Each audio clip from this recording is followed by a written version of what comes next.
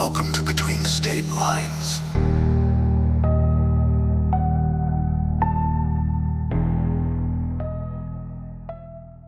Welcome back to Between State Lines, episode 40. We are, I believe, the scientific name for this is a fully grown baby. We are out of the womb. We're in the world, and we're not walking around. We're crying.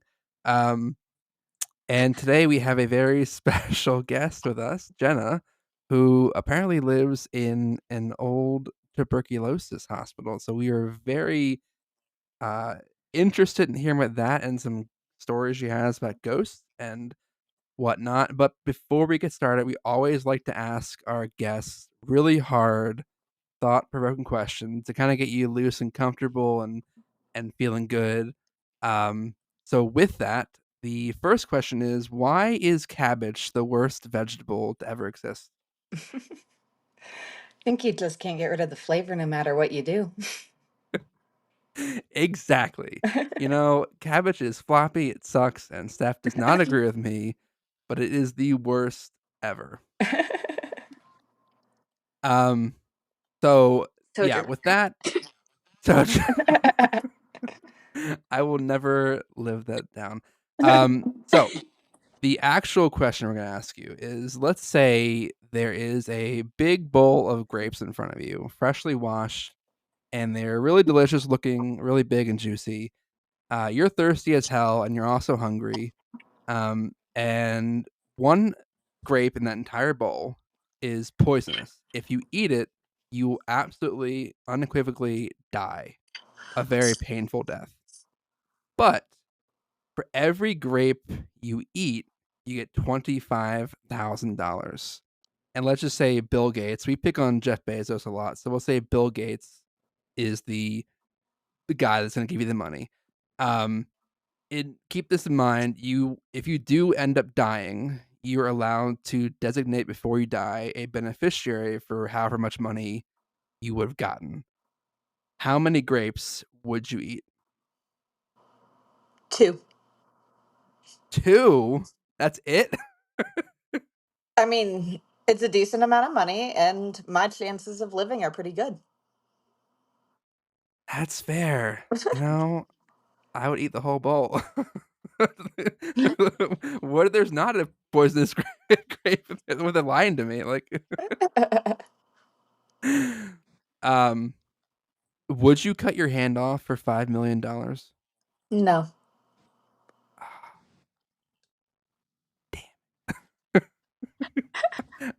I would cut my hand off for five, and Steph would not. She agrees with you. She would not do that either. So, I guess we'll live with those responses. So, Jenna, I Well, agree with them, thanks. you agree? except for the uh, cabbage. except for the cabbage. Well, you get half. You're half right. It's not my Um, least favorite, but it could be it's better. Yeah, yeah, it's yellow squash awful. is my least favorite. I don't. It's just bad texture. It's a weird texture for sure. Yeah, Yeah. yeah, it is. Especially if you have like in the soup and it gets all that hot water in there, and then you take a bite and it's like boiling hot water. No, thank you. Um, Yeah. So, Jenna, you live in a tuberculosis hospital, and we're intrigued. So, first off, how did this happen? Like, did they turn explain to me how that is a thing? So this was one of the first like big hospitals in Denver at the time. I think it was 1881 that it opened up.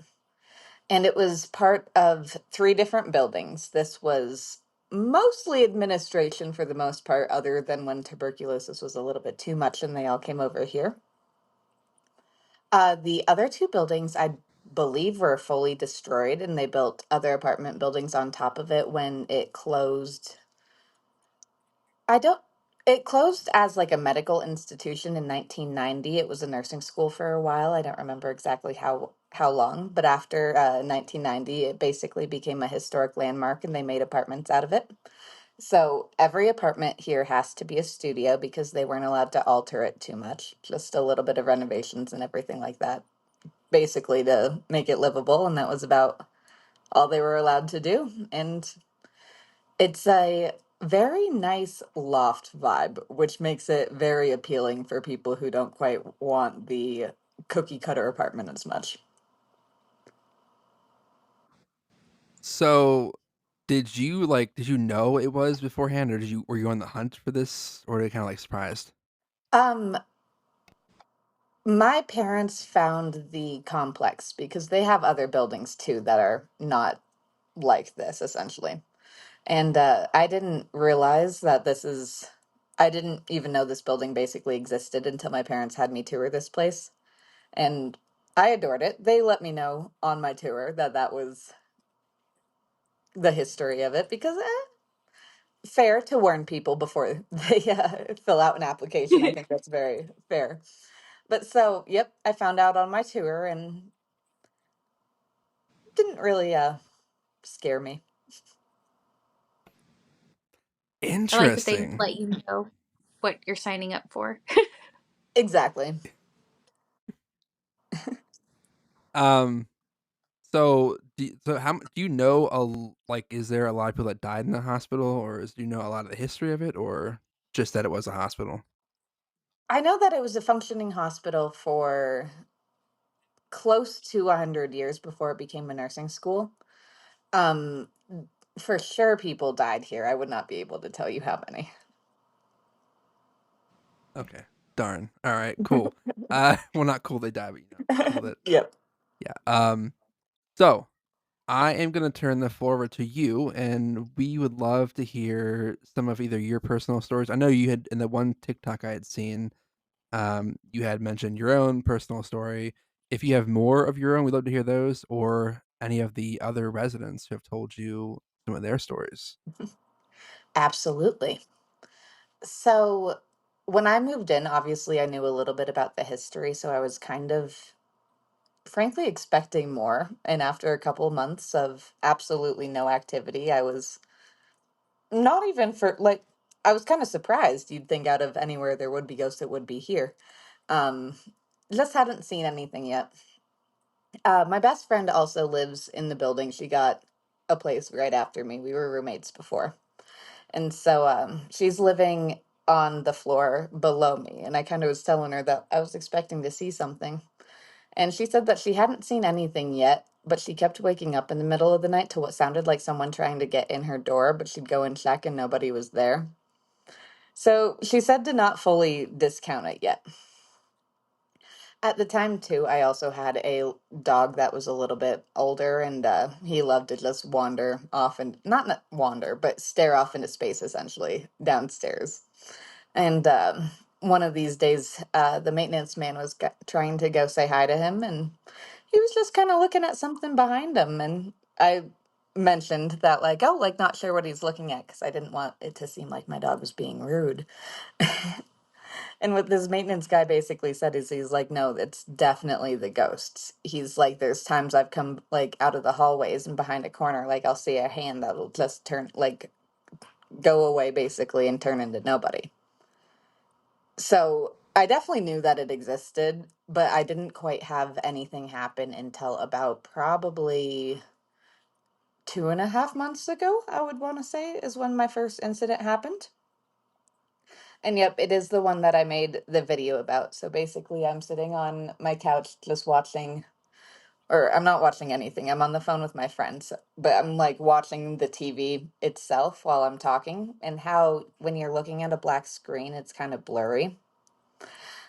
I can see like something just dart behind me, kind of where it would like go into either my bathroom or my closet, right around the hallway right here. And I'm on the phone with my friend and I'm like, what the heck was that? And I'm like kind of like creeping around the corner to figure out what it was. And my computer turns on loud from all the way across the room for a couple of seconds and then it turns right back off. I was spooked. um Surprisingly, nothing felt weird after that. There was no like stuffy feeling in the room. Nothing felt dark. It actually felt totally fine after, which is a little bit strange in my opinion, but it helped me sleep that night. The next incident I had was my boyfriend was staying over here and he always wears a St. John Paul necklace. And then I had on a different necklace myself. It just said, I believe it was 888. It might have been 777. I don't remember which one. I got a whole pack of the different angel numbers before. But I woke up in the middle of the night and the necklace was kind of just sitting on his chest, not around his neck anymore. And I didn't think anything of it. So I just moved it from his chest to the table like nothing. He wakes up and he's like looking at it and the clasps are like broken. So he's thinking that he like must have like scratched it and like itched it off of his neck. And then I realized that my necklace wasn't on anymore either, and it was thrown about across the room. Also next to a bracelet that I haven't seen in a long time, but it was my mom's. So that was interesting. They move jewelry around. Yep. Or yeah, necklaces and bracelets. Hmm. Yeah. Interesting. No idea. I wasn't awake for it, but there's no way that we both would have just scratched our necklaces off, and it's Yeah, weird. that is weird. And honestly, I don't like the computer or the TV screen thing because I'm staring at my TV screen and I have these candles lit in the background. And I'm Mhm. like, what's in that? Do I see a dark shadow? Stop Right. looking at it. Which, like, if everything's staying still, like, I wouldn't be able to see a shadow. It's when it moved across, it was like it automatically caught my vision. Oh my gosh. You're like, well, this is what we've been waiting for. Yep, pretty much. I was like, okay, like, to be expected, like, frankly, but definitely gives you the spooks still, regardless. Absolutely. Then I have been waiting for that to happen, so very jealous of you. So it happens sometime. It just depends. I mean, this place, everyone said that it was gonna happen. Like, how could it not with this type of history, essentially? Um, but the benefit to this, though, is I did talk to one of the people who work at my apartment building and kind of asked him about anything. And he's definitely said that not only has he had experiences, but almost most of the people he's worked with and a lot of past residents have also told him experiences almost all the time. Um, what he said is that basically the common two trends is that they believe there's one ghost that used to be a like a OBGYN essentially doctor, and every single encounter anyone's had with this ghost has been obnoxiously nice and sweet.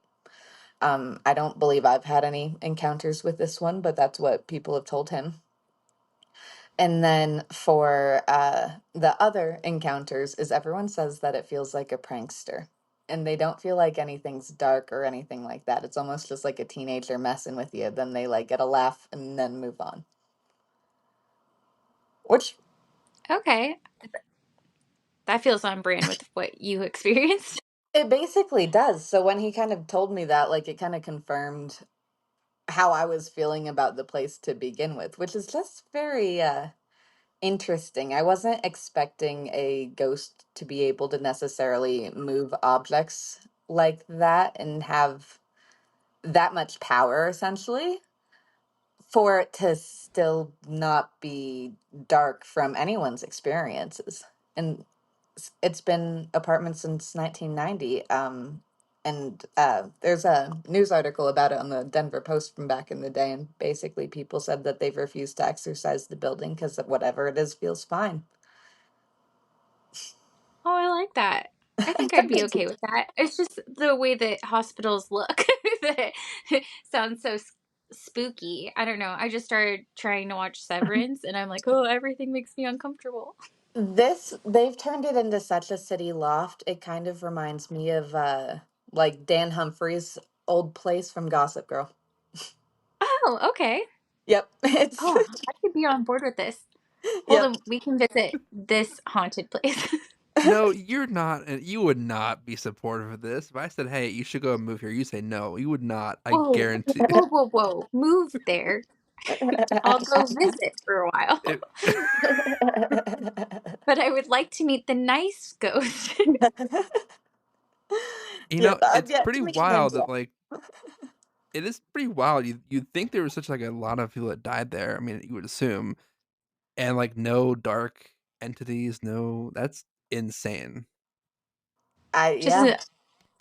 obnoxiously nice and a prankster? That sounds awesome. Yeah, I would visit there. I would stay there maybe, but I would not move there. You'd always just jump straight into everything. Let's just cut your hand off. We can reapply it. Okay, you can reattach a hand, okay? You know there's surgeons that can do that, okay? Okay, but And how expensive is $5,000,000. that? I have $5,000,000. I can just spend half of it reattaching my hand, or I just get a robot hand and we're good to go. Both sound expensive and not even guaranteed to work. Well, I'll be $5,000,000 richer than that, Guess it depends on the cut then. How clean is that? right? How many hacks it takes to Oh, that's getting gruesome.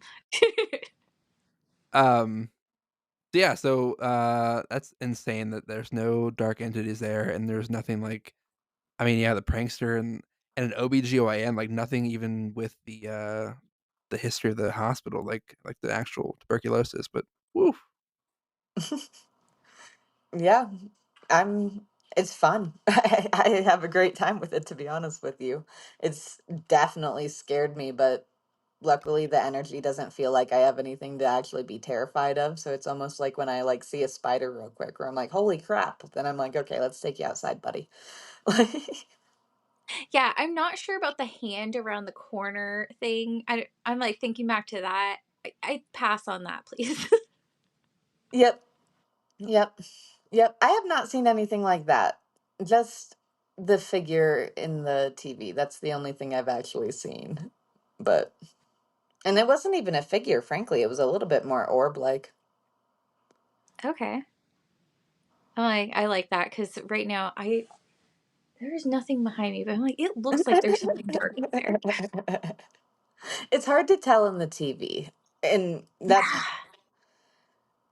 Yeah. like if there was a figure behind me, I never would have known. And that's one of the things I've thought about too. It's just the fact that it darted across so fast that I even noticed anything. Oh yeah. I kicked all the animals out of here. So we have a black cat that was she's new to here, and yeah, she keeps inviting herself into my room and bringing all of her toys, and then I'll kick her out and she comes right back in. Oh, It's yep. adorable, but it's just getting on my nerves. I've got three kitties as well, and none of them have ever been scared of this place. So, and I Hey, believe that that animals have a good sense of things too. absolutely. That was one thing growing up that we'd talk about, like, oh, is the house haunted? No, our dog would let us know. He lets us know when there's a squirrel getting on the tree down the street. That's fair. Even when my computer was going off, my cat just looked at it for a second and then did absolutely nothing. D- Whatever it was, it did not phase him at all. Wow. Yeah, I think I could be okay with the prankster. I would try it like at night. Definitely. I can't picture myself moving in though. See, yeah, I mean, animals are sensitive, and I believe that too. My wife does not believe that. So we had this, my daughter was, like, probably 6 months old. She had this musical table downstairs that would only go off if you push the buttons on the table. Nothing else would set it off.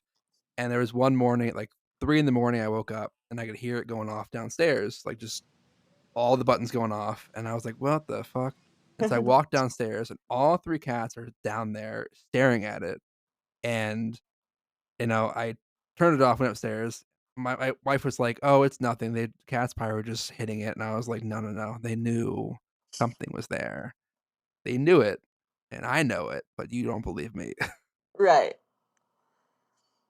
The kids' toys are always freaky when I hear those stories. You have any other stories from the hospital? That's pretty much all I have. It's only been about 6 months, so I'm kind of curious. Or I guess it's been longer than that. I moved in August, however long that would be from now. Do you have any before you moved here, or first of all, were you a ghost believer before you moved in here? Are you that kind of person? Yes, I definitely believed in them before I moved in here. And Did have you have you any? Sorry, did you have any Yeah, experiences before you moved in there? Did I Definitely. just steal that question from you? yeah, go. That was what I was gonna ask. Go for it. I definitely have. Sometimes in random spots, like not necessarily random, but places that you wouldn't necessarily think or like would have any rhyme or reason as to be haunted. And then, frankly, the ones that make a little bit more sense of being haunted, I feel like are a little bit more tame in my opinion. Um, my one of my friends from high school, though, her house, there was more than a couple of times like you'd just wake up and like you'd feel something like next to you and like you'd kind of see something like standing in the corner of the room for a second and then it would disappear. That was kind of a frequent thing. Um, Even her family would see stuff in the mirrors behind them sometimes. It was a very creepy house and it never kind of gave you a good feeling either, which I found interesting because it wasn't an old house by any means. I think it was probably built in the 90s. I also don't think that it had any owners before them, so I am not too sure exactly why that house would be in particularly creepy in my opinion. But I definitely had some creepy stuff. But back in college as well, I was part of a sorority. My sorority house was sometimes a little bit creepy, but I also had good friends at the fraternity house next door. That was what was always a little bit more creepy. And I was dating a guy who lived there at the time, so like I'd kind of be like a frequent flyer of the house essentially. And the boys would always joke about the ghost. They'd always call him Cletus. These houses are very old as well. Greeley, depending on where you're at, is a pretty old town. Um, but so I think the reason that everyone talked about Cletus so much, or like the excuse that people gave as to why the house wasn't haunted, is because this was such an old house that those water heaters would bang against the walls and make loud, loud noise. That was definitely kind of spooky, and if you weren't expecting it, would give you a good jump. But I think a lot of people discounted the fact that it was actually haunted for that reason, but like it was always a joke that, like, oh, the ghost Cletus, essentially. But every time I'd go over there later at night when nobody else was home, I'd start to reach for the doorknob, and right before my hand would get to it, it would just totally open. And this is a really, really old wood door. Those things are thick. So it doesn't just swing open, and it would happen every single time I was the only person going for it. And I'd always just say thank you, Cletus, and move on. Obviously, it was kind of like take what I can get type of thing. Um, I kind of thought I was special, frankly, up until I started talking to some of the other girls who were dating guys of the house, and they started talking about it. It was like a very common thing to happen within like the girlfriends of the fraternity men. Like anytime they were going and nobody else was home, they're just come on in. So, What a gentleman. right? I mean, I don't know. Men in general. Let's be honest. Yep. I only had one scary incident at that house, and I was taking a nap, and I kind of woke up, and was wearing a sleep mask at the time, and it was like woke like the waking up to the sleep paralysis. And I don't know if you guys wear sleep masks a lot, but sometimes depending on the sleep mask, you can kind of see like the very line underneath your eye if it's not on correctly, essentially. Not much, and you kind of have to look for it, but you can see it. So it's like I wake up in this sleep paralysis, and it sounded like the shower was on in that bedroom, which is not correct because that shower hadn't worked for about 2 years before the guy I was seeing even moved into that bedroom. It had been out of commission for a long time, so there was no way that shower was just running. And I saw like kind of like flames, like it looked like candles were lining the bed, and like little footsteps.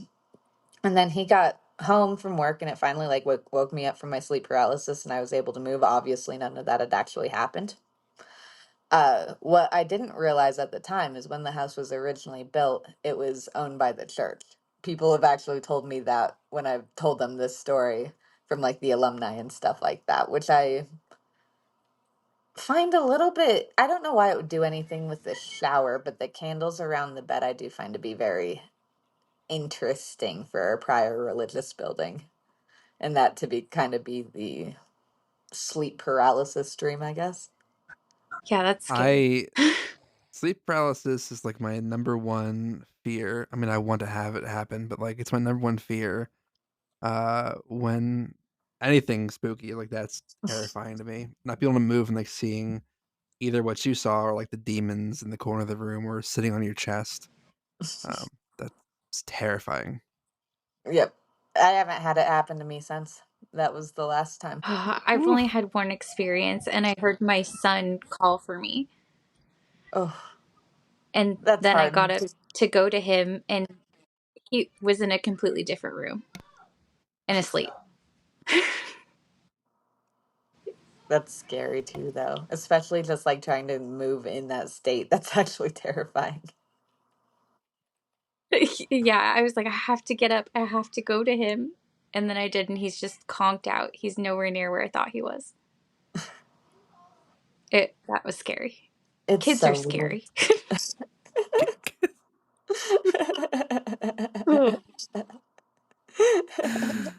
My daughter has started saying that she like when I'm doing like diaper changes, she'll like be looking at the ceiling and she'll say, "Grandma, grandma." And like my grandmom is obviously no longer alive. My wife's is still alive, and so I'm like, "Oh, does she have glasses? Does she have white hair?" Like asking her all these like provoking questions. My wife's like, "You are just feeding her these answers." I'm like, "But maybe it is her.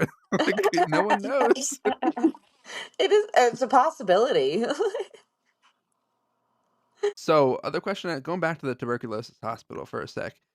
And maybe it was not a thing back then, being such a specific hospital, but was there do you know there was a morgue in that hospital? I'm not too sure about a morgue, and if there was, it wouldn't have been in this building. It would have been in one of the ones that is destroyed. But we do have a old cremation stack in our courtyard that they put a fireplace at the base of now. Uh, what?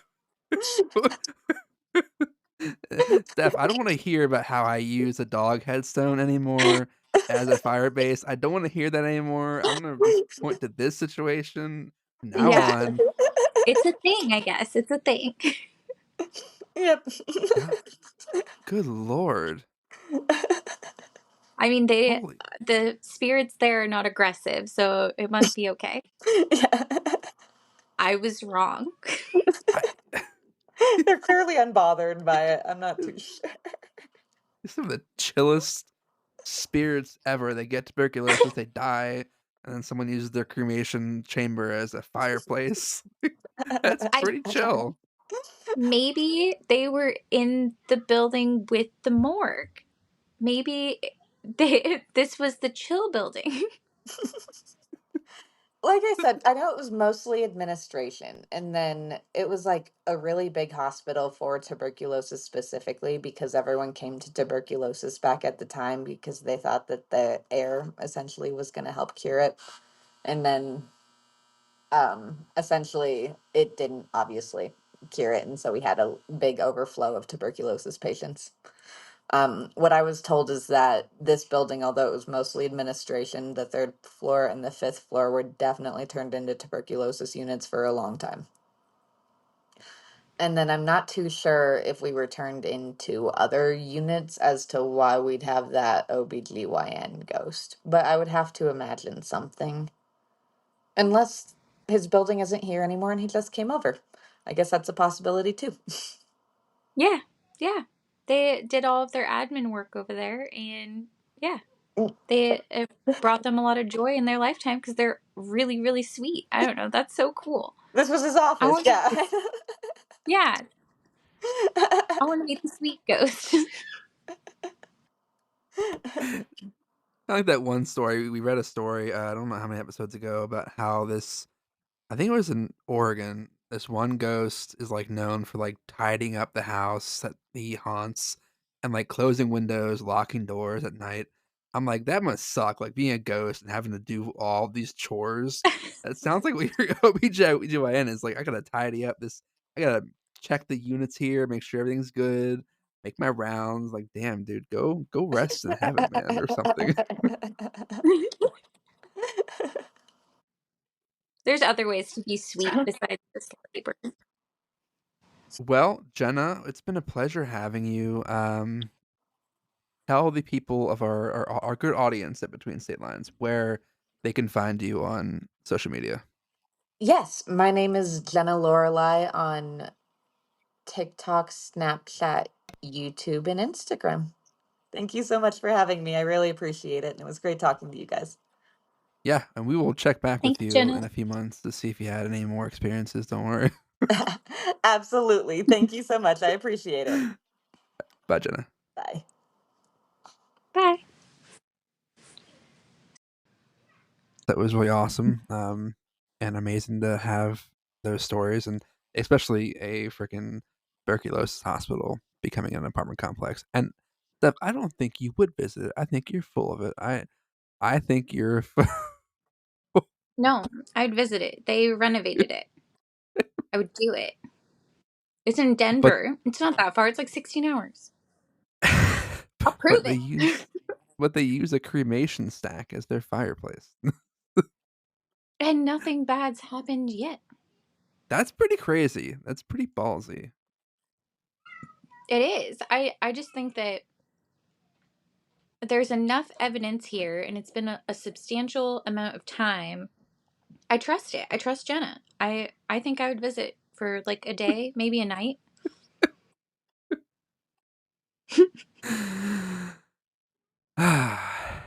So we will wrap up the podcast reading a few stories from Reddit. We've done this before where we found our let's not meet stories and just read them. Uh, I have found a few that are pretty good from what I've been able to read so far, and they're all kind of spooky. The first one is called "I will never help a random stranger out in the street, no matter how convincing they are." Um, Posted 9 years ago by user Daily Donuts 16. I trust him. Daily donuts. I mean, But I trust also, them because what did you say? I feel the same way. Do not help a stranger, no matter any circumstances, ever. Ever. Uh, Real quick. When I before I got in the podcast, I went down to the gas station real quick, and I was leaving the house, and our neighbor's yard is like right next to ours. It's connected, and we share like this fucking stupid goddamn groundhog every year. I've tried to kill this groundhog, and he just doesn't die, and he just digs up holes in the yard, and it's like Hmm. a crapshoot whether it's our yard or their yard. But it's in their yard now, and they put a smoke bomb in there. But when I was backing the car out, all I saw was like a little flame coming out of the yard, out of the yard, and so I like threw the car in park, ran over to like prepare to like stomp this yard fire out before it lit my house on fire, and it's just a fucking hole with a stink bomb in it, or whatever you call a smoke bomb. No evidence of the culprit everyone's looking for. No evidence. He's there. He's fucking there, but apparently not. Um. Okay, so this happened to me back in 2007. I was 9 years old. My brother was 14. My mom had sent us out of the house with about $30 to go to a movie and maybe get a bite to eat afterwards. After watching the movie, it was getting pretty dark and I was ready to go home. My brother wanted to get something to eat first, and we agreed to walk to McDonald's, which was only a couple of blocks from the movie theater. On our way there, we were stopped and approached by a man. He had a friendly smile plastered on his face, and he was holding his child's hand. There didn't seem to be anything off about this man. He was average looking and seemed to be nothing more than a father having a day out with his son. "Hey, do you think you give my son and I a hand real quick?" he asked. "We need help loading a mattress onto the back of our truck." The truck is just up the road. Sorry, but we don't have any time, my brother said. It was at this time I noticed the little boy. He was about 8 years old and he looked abnormally thin. He had a blank expression on his face and wore clothes that were too big for him. I turned my attention back to the man, who was now mumbling to my brother about how it would only take a second. My brother kindly declined again. Being the helpful kid that I was, I joined in with the man and tried to persuade my brother that we should help them out. I turned to my brother, who was now staring down at the little boy. My brother had a disturbed expression on his face as he looked down at the child. The child stared back at my brother blankly. I didn't understand why my brother had that look on his face. He grabbed my hand and said, "I think that's my mom over there." He pulled me, and we began walking away from the man. I did not understand what was going on and why my brother had just lied about our mom being there. He didn't let me go of my hand and practically dragged me until we were a far distance away from the man and his son.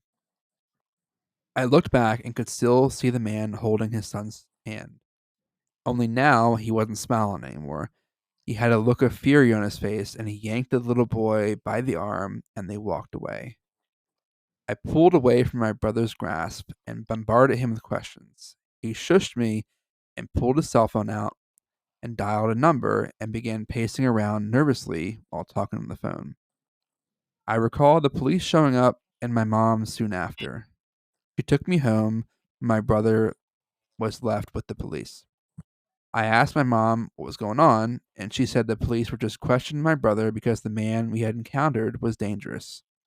That's all she had told me, and I went to bed. By the next morning, I had almost completely forgotten about the incident, and things went back to normal. It wasn't until a few days ago that these memories flooded back in my mind. I decided to call my now 22-year-old brother to get some answers. When I brought the whole ordeal back up to him, he finally gave me the information I wanted to know. And now that I know everything, I understand how fucking terrifying our encounter with the man truly was. My brother told me that while the man was constantly trying to convince us to come with him, he happened to look at the little boy. The little boy then then looked at my brother with his eyes filled with terror and mouthed the words, "I'm not his son. Please help me." Then his expression went back to being completely blank, almost as if he had never said anything at all. This was why he had become so freaked out and snatched me away. When he called the police, they hurried down and he described the man the best he could. They couldn't do much with the little information they had been given because we hadn't even seen the car the man supposedly had. My brother told me that a few weeks into the investigation, they found the little boy who was with the man dead. His body had been cruelly dumped in the woods, and the cause of death was malnutrition and dehydration. If my brother and I had gone with this sicko, we likely would have met the same fate.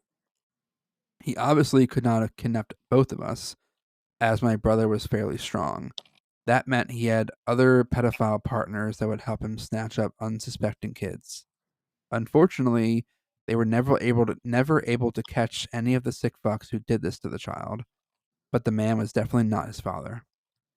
His real parents had already been searching for their missing son for almost a month. The pedophiles had managed to kidnap the poor child and used him as their puppet to try to kidnap other children. Every time I think about the boy, I feel a deep pity for him. He was only a year younger than I was at the time, and I can only imagine how terrible it must be to slowly starve to death. And to the disgusting bastard who starves and murders children, you'd better hope we never meet. Damn. I did not see that going that way. Yeah, that was pretty deep. Yeah. I was thinking this kid was a black-eyed child because if I saw a black-eyed child, I'd run too. That's our go-to is children are involved. It's a black-eyed child. Yeah. Yeah. Children are scary. But yeah, I mean, pedophiles are scarier. Man. Um, And the police just didn't get there fast enough. didn't get there fast enough. That's so sad. That's That was Oh, awful. I don't like that they never caught anybody, especially because they know that it's likely more than one person. You know, I've been watching. Did you ever watch the show ER back in the day? I don't know. There's so many shows like that. I don't know which one ER is. So, But hold on.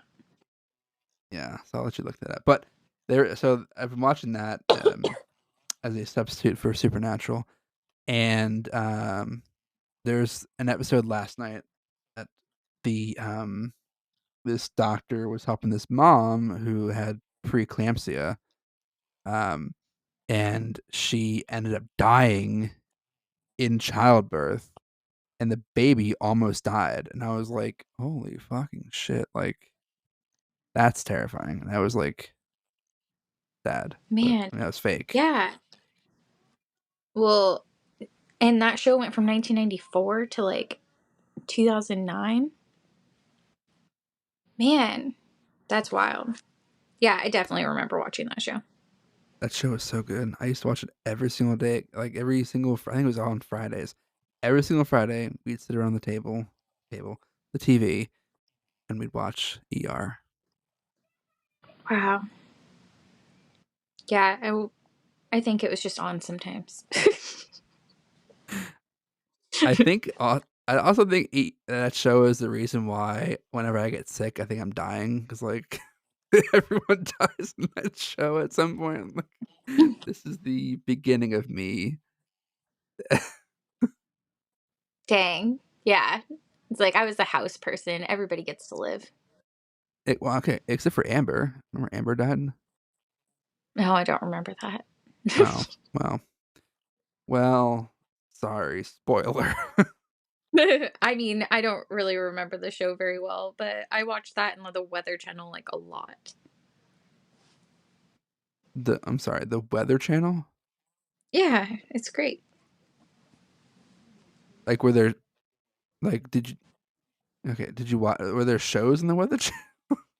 Yeah, all sorts of shows. I mean, I feel like they had um like some ghost shows, they had travel shows, they had storm chasers. Have to love storm chasers.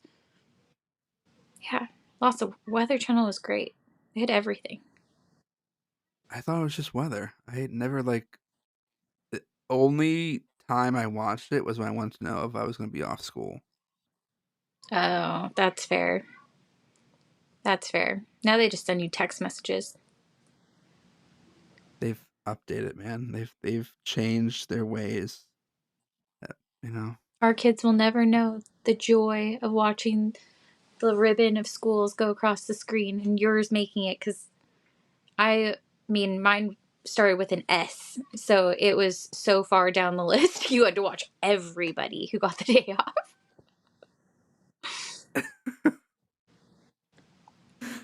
oh man. Hey, Everybody. how much do you think a okay? First of all, two questions. How much do you think a carrier pigeon would cost? Oh, I can find that out. What's your second question?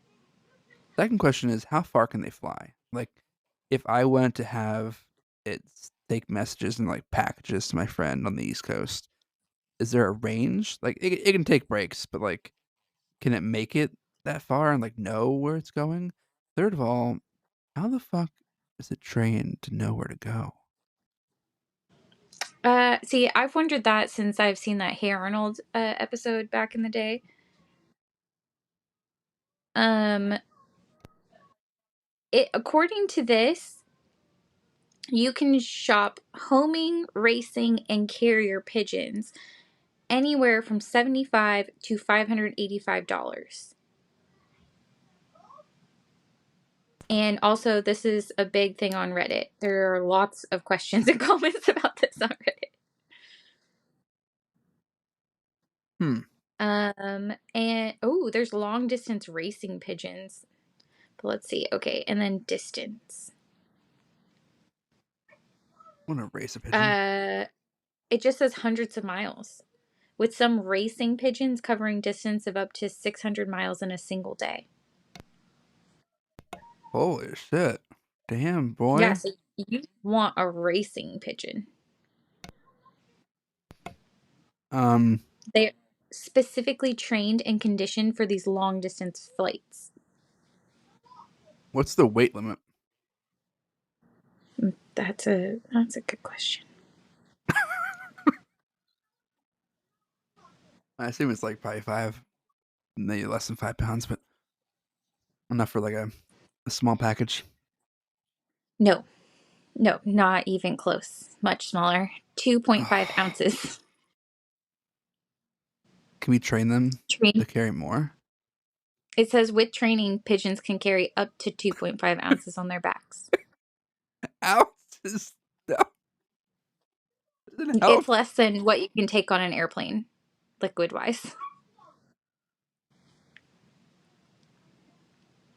Are there any of the birds that As early as 1903, German apothecary Julius Neubronner, I'm butchering that, used carrier pigeons to both receive and deliver urgent medication. So he had it right.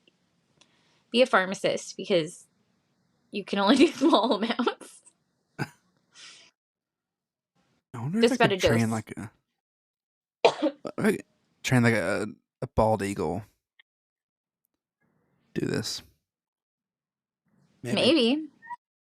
Maybe. Seems like they'd be faster. You want to go halvesy on it?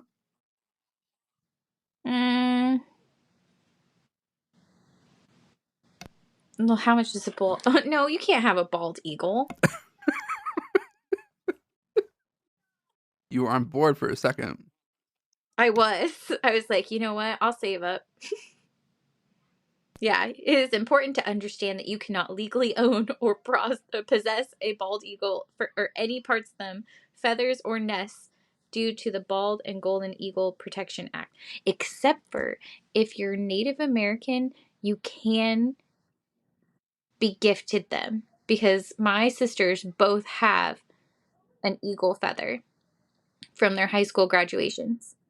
But I did not get one. And my mom tried to get me one later, and the person was like, "You know this is illegal, right?" And she's like, she just didn't get it for her graduation like you normally would if you're Native. Okay. So you just need to find someone who legally owns My sisters. that.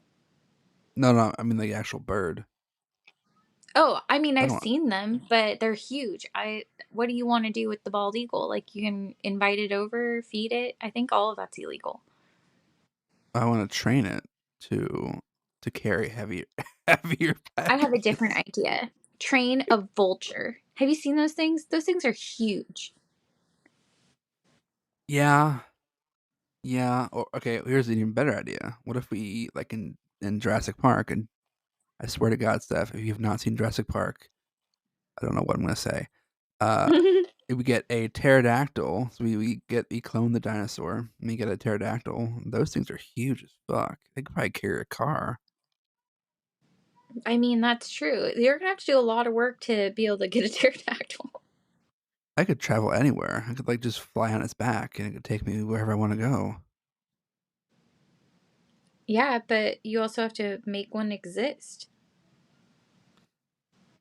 Let me handle the science on that. Don't worry, I got this. I saw Jurassic Park. All right. Um. So Vultures are surprisingly cheap. It depends on wait, if how you much weight can it? want. Well, I can double check, but this the the wide range of prices that it gave me for a vulture is insane. Vulture head before the pandemic, $10 to $25. Now they fetch $39. I don't know why people want vulture heads, but that's a thing. Dead bird, previously around $42. Now they're sold for $92. Live vulture, previously $140. Now up to $210. That's super cost efficient. Dang it. They can't carry much weight. It doesn't matter how big they are. Useless goddamn birds. Yeah. Bir- Well, they're Birds are all fake, fake anyways. anyways. Just get a drone. Exactly. Okay, but a drone can be shot down. So could a And bird. but if I get an eagle, they won't shoot the eagle down. That's true. You need to befriend an eagle. That's what you need. You need an eagle friend. Maybe like a cats. Well, first of all, there's two things with cats. One, I can like learn their language and go ah and come over. Or I can do like the. Pss, pss, pss, pss. Is there like a eagle call? Like I go ga ga ga, and it There would come to has me. to, I bet. Right? Yeah, I get. Here's what I'll do. I'll learn the eagle mating call. Oh, you ready? Mm-hmm. This is a call of the bald eagle.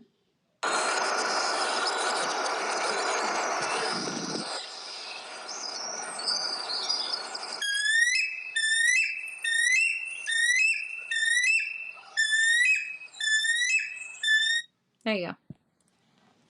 I could do that. Yeah. I think I you could could befriend get a that. Yeah. bald eagle, and then you just say, hey man, take this to this place. Won't get shot down. Probably still can't carry pounds. Here's what I'll do, and I'll do this. Get the eagle. Hmm. I'll put it in a cage in my trunk, like not now, when I drive to out there. And when I get to where my destination in May, I will show it the landscape, show it the surroundings, and then I'll show it a map with like the line drawn between that area and my house, and then like let it go. Well, we have bald eagles here. You don't have to Yeah, bring but see, one. it needs to see the journey between like it has just two pieces. It has to see Oh. the journey, and then it has to see the map. So like it has those two pieces in place. Well, okay, no, I think that how do they figure it out? Because if I'm like, is it like a scent? Like you can be like, here, boy, and you have them smell your stuff, and then it will be like, oh, okay, we just go this way. I don't know. I don't know how eagles work. If there are any pigeon trainers, bird trainers who are either you are a trainer or you know how this works, please let me know. I would love to know. Uh, yeah. Um, Yeah, it says that they know how to go places by instinct, landmarks, environmental cues. um, yeah. Okay. 225 miles a day. That's a pretty good distance. Like, That's pretty good distance. I think between you and I, there is like I think 500 miles. It Am I only wrong? Is take that? 2 days.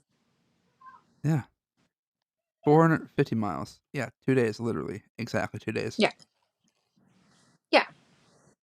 The Eagles got that. Send snacks for overnight.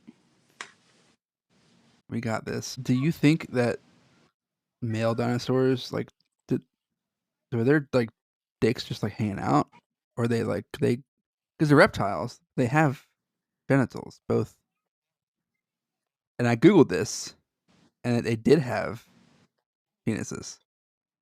You I Googled have to. it? I did. Okay, I did. I don't like the search, but I searched.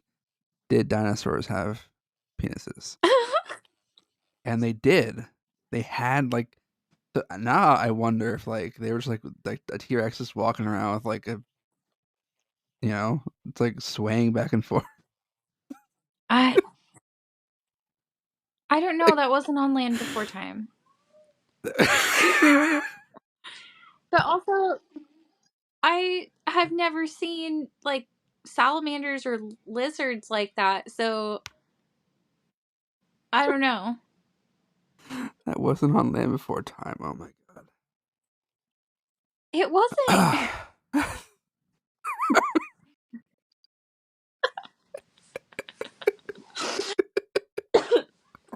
All right, it wasn't on Jurassic Park. That's also true. But they were all females. Jurassic Park. That makes sense. They But were like, all oh man, females? yeah, they were all females, and like evolution happened, and they had like were able to give birth like without any kind of male involved. Wow, that's talent. A new respect for all those dinosaurs in Jurassic Park. All I really remember is like the very end. I feel like I've seen the very end of Jurassic Park so many times. I feel like you said this about Star Wars as well. You're like, I've probably seen it, but I don't know. Yeah, well, I don't know because I can't tell what part of the movie I'm on when I've seen it. Like it all just looks kind of the same. That's fair. They all do I don't the know. same, and they all They're, like have they're the same all story. dressed. Yeah, they're all dressed a certain way and it feels like you're just watching the same scenes with the same people for a while, right? That's Star Wars. And then when the words are on the screen, that's either the beginning or the end. They are, yes, that is actually Yeah. See, I've seen Star that's Wars. that does that that does ring true. Um, oh man, oh did you saw the And whole like Pete Hegseth and the whole like administration using Signal, the chatting app, to discuss battle plans? oh yeah. Oh yeah. Hey, is it true that they took Elon Musk off of Doge? Did they? I don't think that's true. I I feel like heard they that lied to us. today and yeah, I heard that today and I was a little excited, but then also a little scared because who knows who's next? What's going on next? Are you looking it up now? Yeah, so far I don't see anything like concrete that he was removed. Looks like he's still involved with it. Hmm. Damn. I was way too excited. Yeah, yeah. I mean, I wish, Way but too. Oh, I it says he's stepping down from Doge in May. oh well. I mean, that makes sense. At that point, all their cuts will have gone into place or whatever bullshit. The video I saw, they said that he needs to go make money with his cars, and so that's why he's stepping down.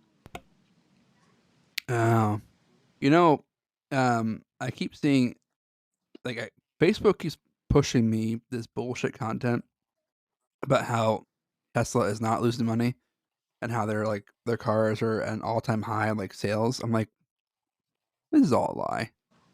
Like this is complete bullshit. Like these bot accounts are posting bullcrap shit. I've seen so many more bot accounts on TikTok lately. It's like just trying to sell me stuff and bots.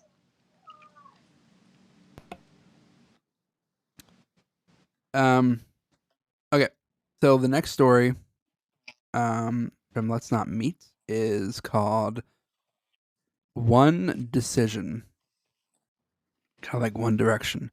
Um, the A little different. user a little different. The user is dreams underscore child, and this was posted 9 years ago.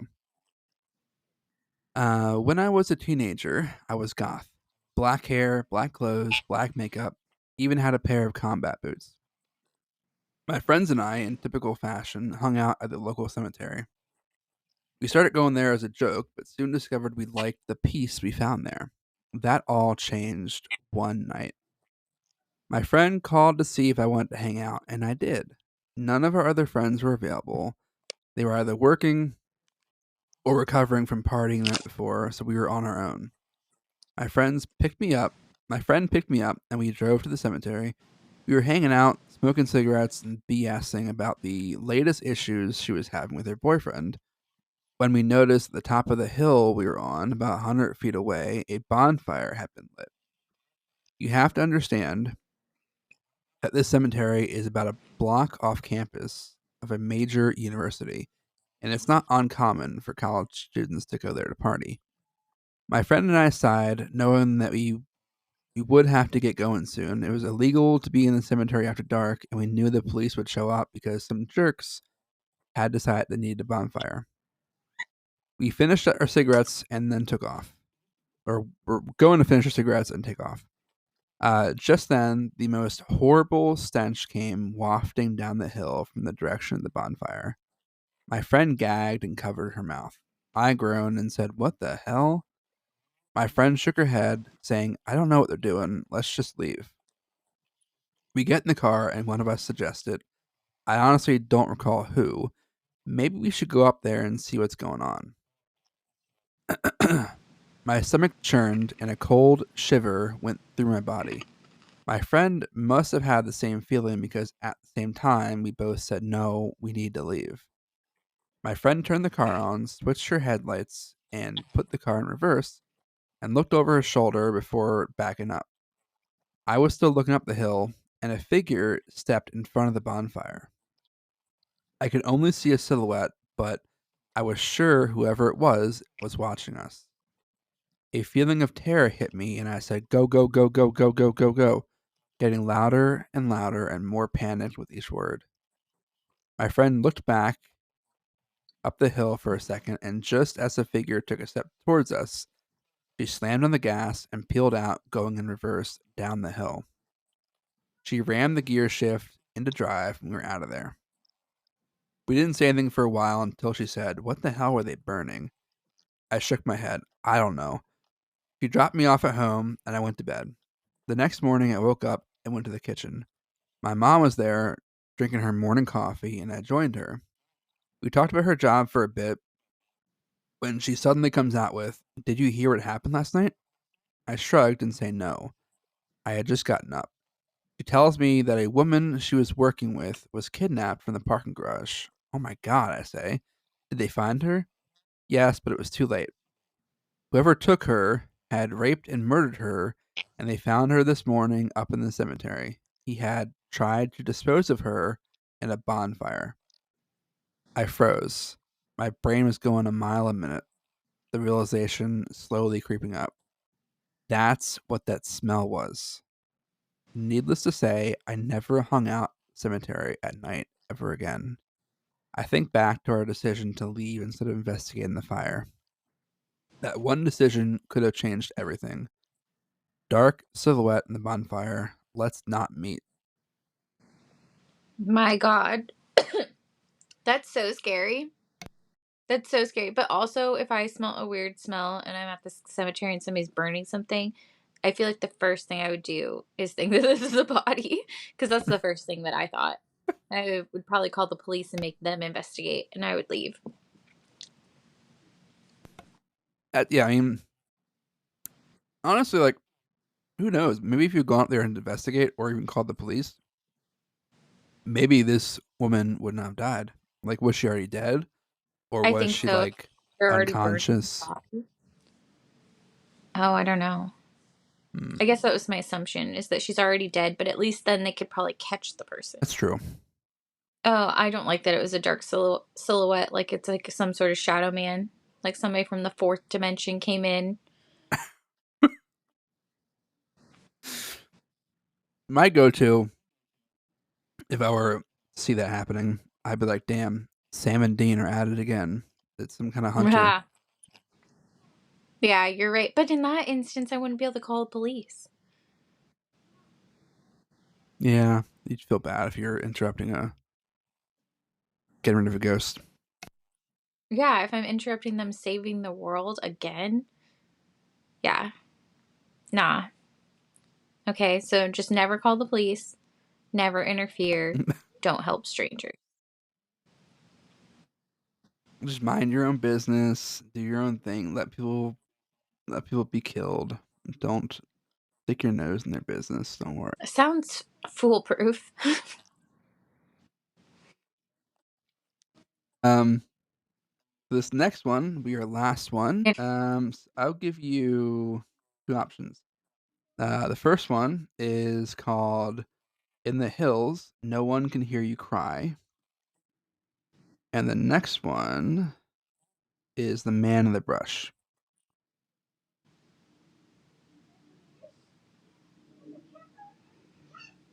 Oh man, this is a hard one. Um, let's do the hills. All right, let's do it. "In the Hills, No One Can Hear You Cry." This is 9 years ago by user Schmidt_face. Next time I should pick by their username, not by the name of the story. Oh yeah, it's I would pick this one, I think. like the Schmidt from uh New Girl. what's that? Yeah, there we go. New Girl Schmidt. Um, this is actually my stepmom slash her best friend's story. I have my own, but I'm so hesitant to drag some of them up. I'm hoping to tell someone else's that will open me up to it a little bit more.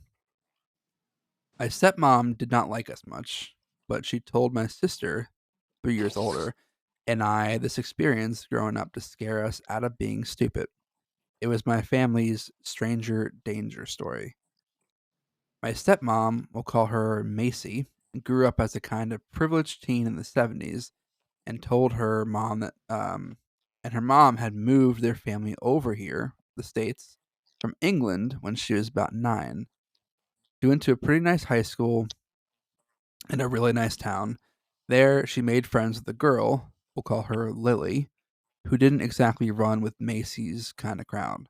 Popular, stereotypical, etc.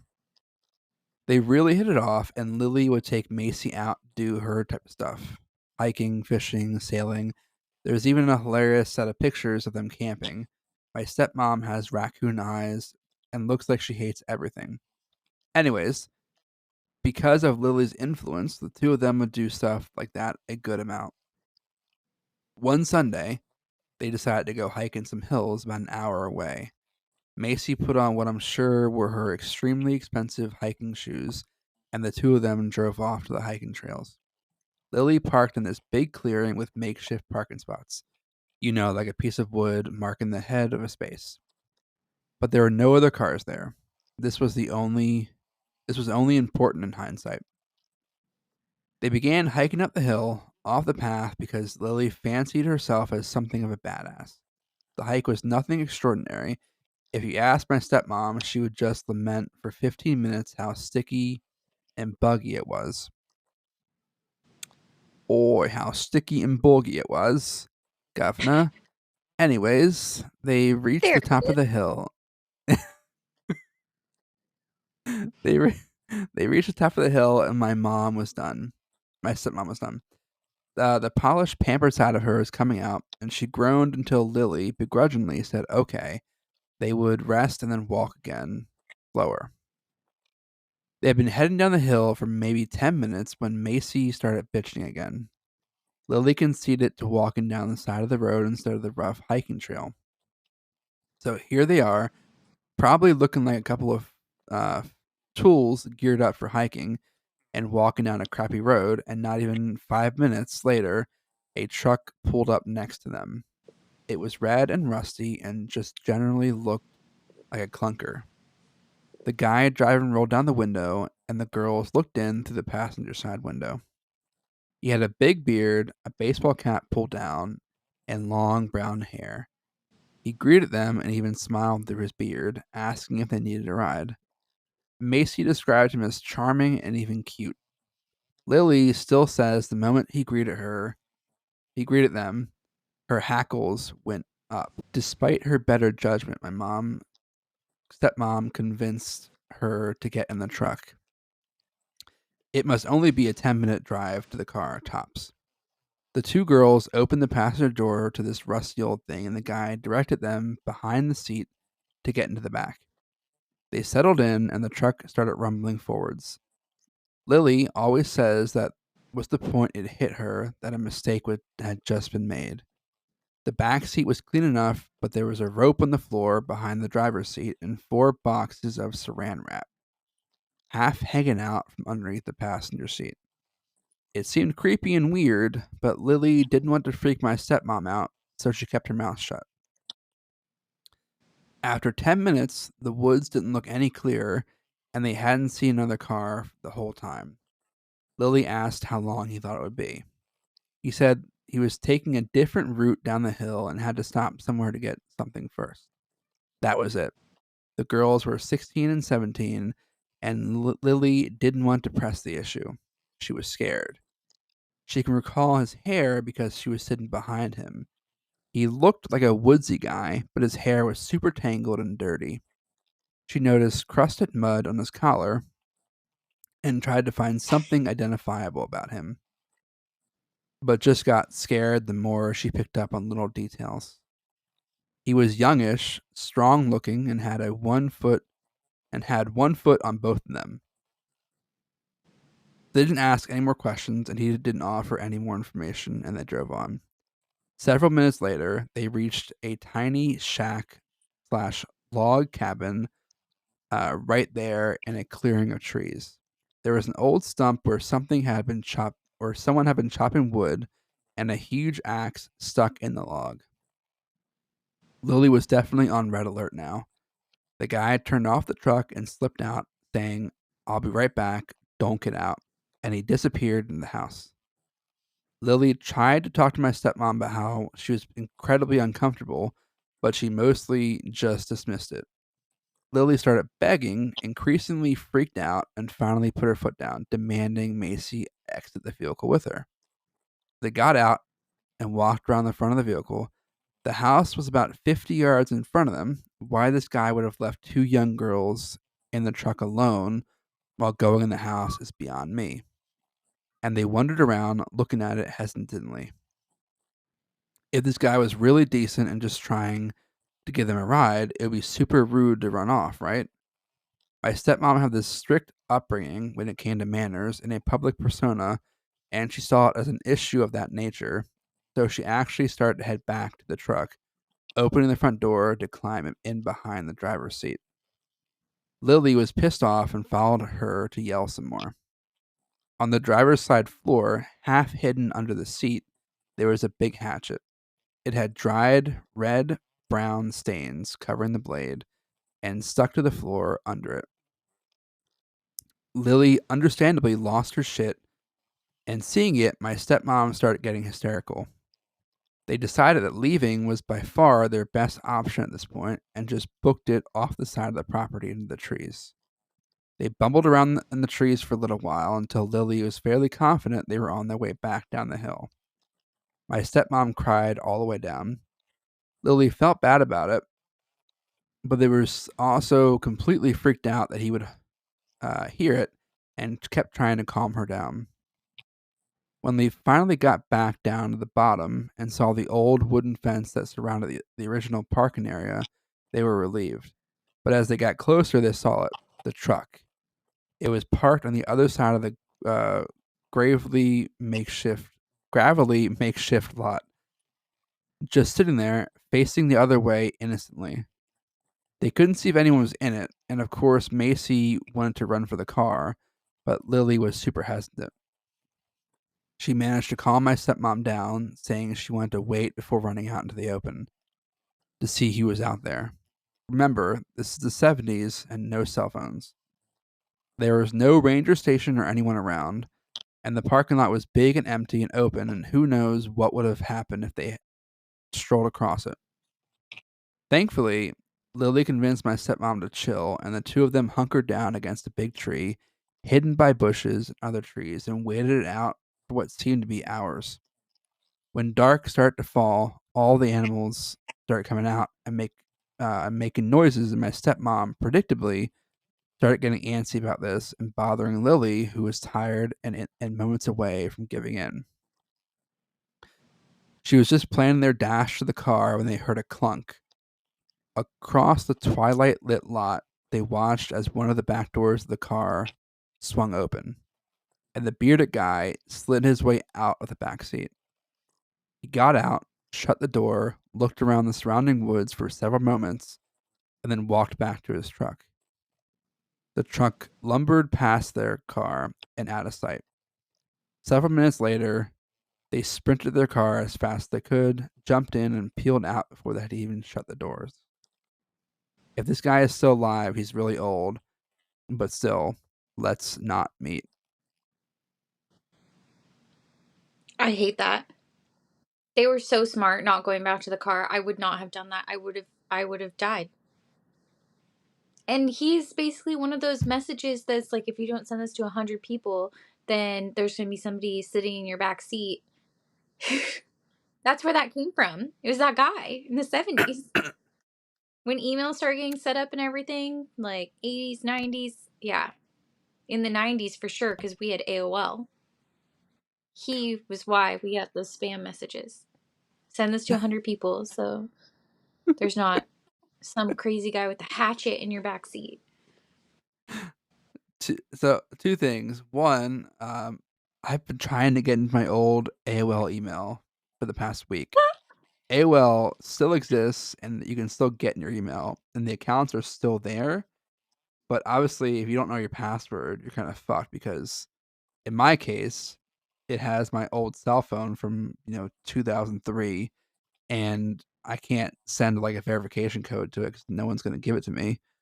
Um, and So I tried to get into it because apparently, if you get into your old MySpace account, everything is still there. It Like you wasn't the can log. last time I got into it. Really?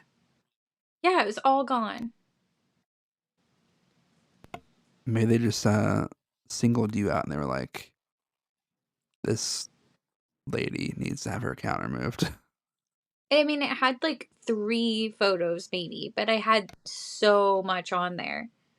Because we're in like the black hole of the digital age because everything's saved to somewhere, but once it's gone, it's just gone. Like if Facebook and Instagram and TikTok all went out of business, and then like that's where we have the majority of our photos. If we don't have them printed out or anything, they just kind of go away. Well, that's I a definitely don't bummer. have those kind of photos from because I took a lot with like disposable cameras when I was in like 8th grade, probably. But my parents got really sick of paying for that. I can't remember what show it was in. But there was a show I watched recently where there was like a younger. The main character was this younger guy who was Wait, was it The Good Place? Maybe. No, I don't think it was. But the main character was taking pictures with a disposable camera, and then he threw it away. And I was like, "What a waste! It's a just you can't see your photos." That's hilarious. It is disposable. What a waste. um, what a waste! But also, like, I okay, with this story, wait, like, why didn't the girls grab the hatchet? because it had blood all over it. That's incriminating.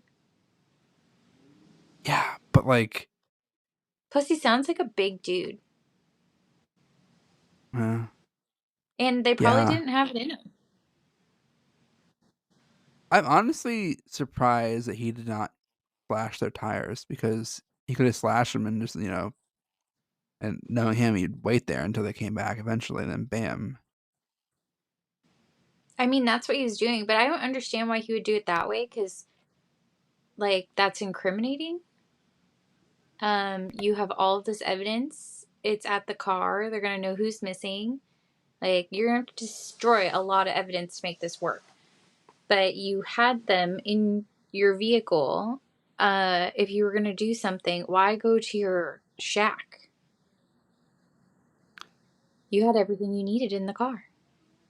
Also, kind of like sloppy to have your saran wrap just chilling out in the open and your rope out in the open. Like, Seriously, yeah, and your hatchet still has blood on it. Like, come on, take some pride. take, take some pride, serial killer. Clean your tools, man. I don't want you killing me with a dirty blade, all right? I don't want to get like, tetanus or some shit. And neither did those girls. They were like, I'm not touching that. And they said it was stuck to the floor. I probably would have still taken it. It's the 70s. DNA is probably not as good. Yeah, they probably didn't have any of that stuff. They're working on it. Had to save it to like the 90s at least. I don't actually know. I'm just making stuff up now. I can't We're stop just getting over like what would my AOL password have been? I don't remember passwords before middle school, and probably ditched AOL in 2001 in the middle of middle school. I know what mine was. I mean, I know it 100%. I use like, and it must have been some other variation of the same one, but because I was religious, and you're gonna laugh, my password was always "Son of God,"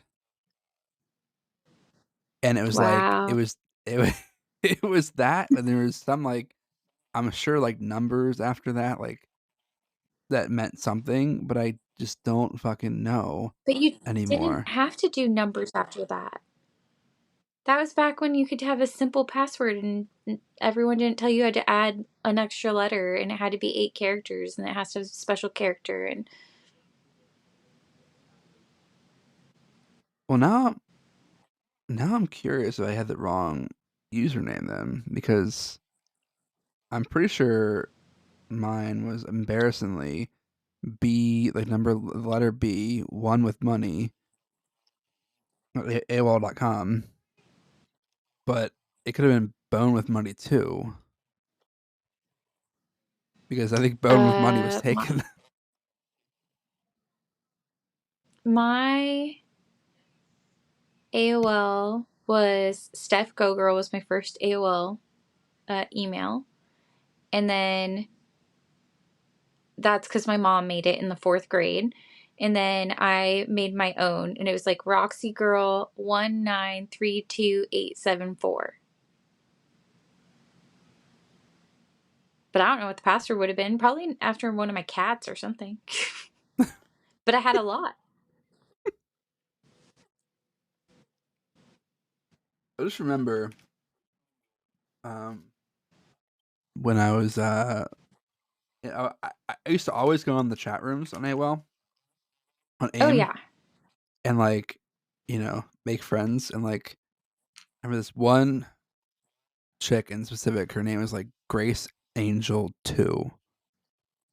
Oh, Like I you had this loved that great huge. angel. Oh yeah, I had a thing for her. So Grace Angel 2. Not, I'm not trying to get with you, but I'm curious if you are still alive and where you ended up. Like, if you hear this by chance, I'm She's Bone with actually Money. 93. It could, it definitely could have been. Those are wild Yeah, no, times back some then. guy who's 93. He's like, "Oh, Bone with Money. I remember Yeah. you." Like, sorry, probably like 83. That's But true. still, COVID probably got him. Our parents let us. I can't believe our parents let us go in chat rooms. Oh, mine didn't, but they didn't know what the internet could do. I wasn't allowed to do anything. I Yeah. definitely was not allowed to do that, but they didn't know how to do that or how to check if I was. Well, guys, thank you for joining us. It's been a wild ride this episode. Um, I mentioned this on TikTok today, but we did launch our Patreon. Do not feel obligated to pay for anything. We're not going to make this a paid podcast ever. It may be that episodes are available to subscribers beforehand, but all episodes will be free now and forever. Um, but if you do want to pay, there are 3 tiers, and each one has something the previous tier did not have. And there's also a free tier. So we will post like clips on there that aren't getting posted anywhere else. So definitely join the free tier if you want to. And we just love you guys and appreciate the support, especially the 6 of you guys who listen to us on release day every single time. That's wild. Thank you. That's so cool. I don't know who you are. I'm sure like 3 of you are Steph's friends, but I hope so. I haven't talked to them for a while. If you're still listening, I miss you. And we will see you guys next week. Bye.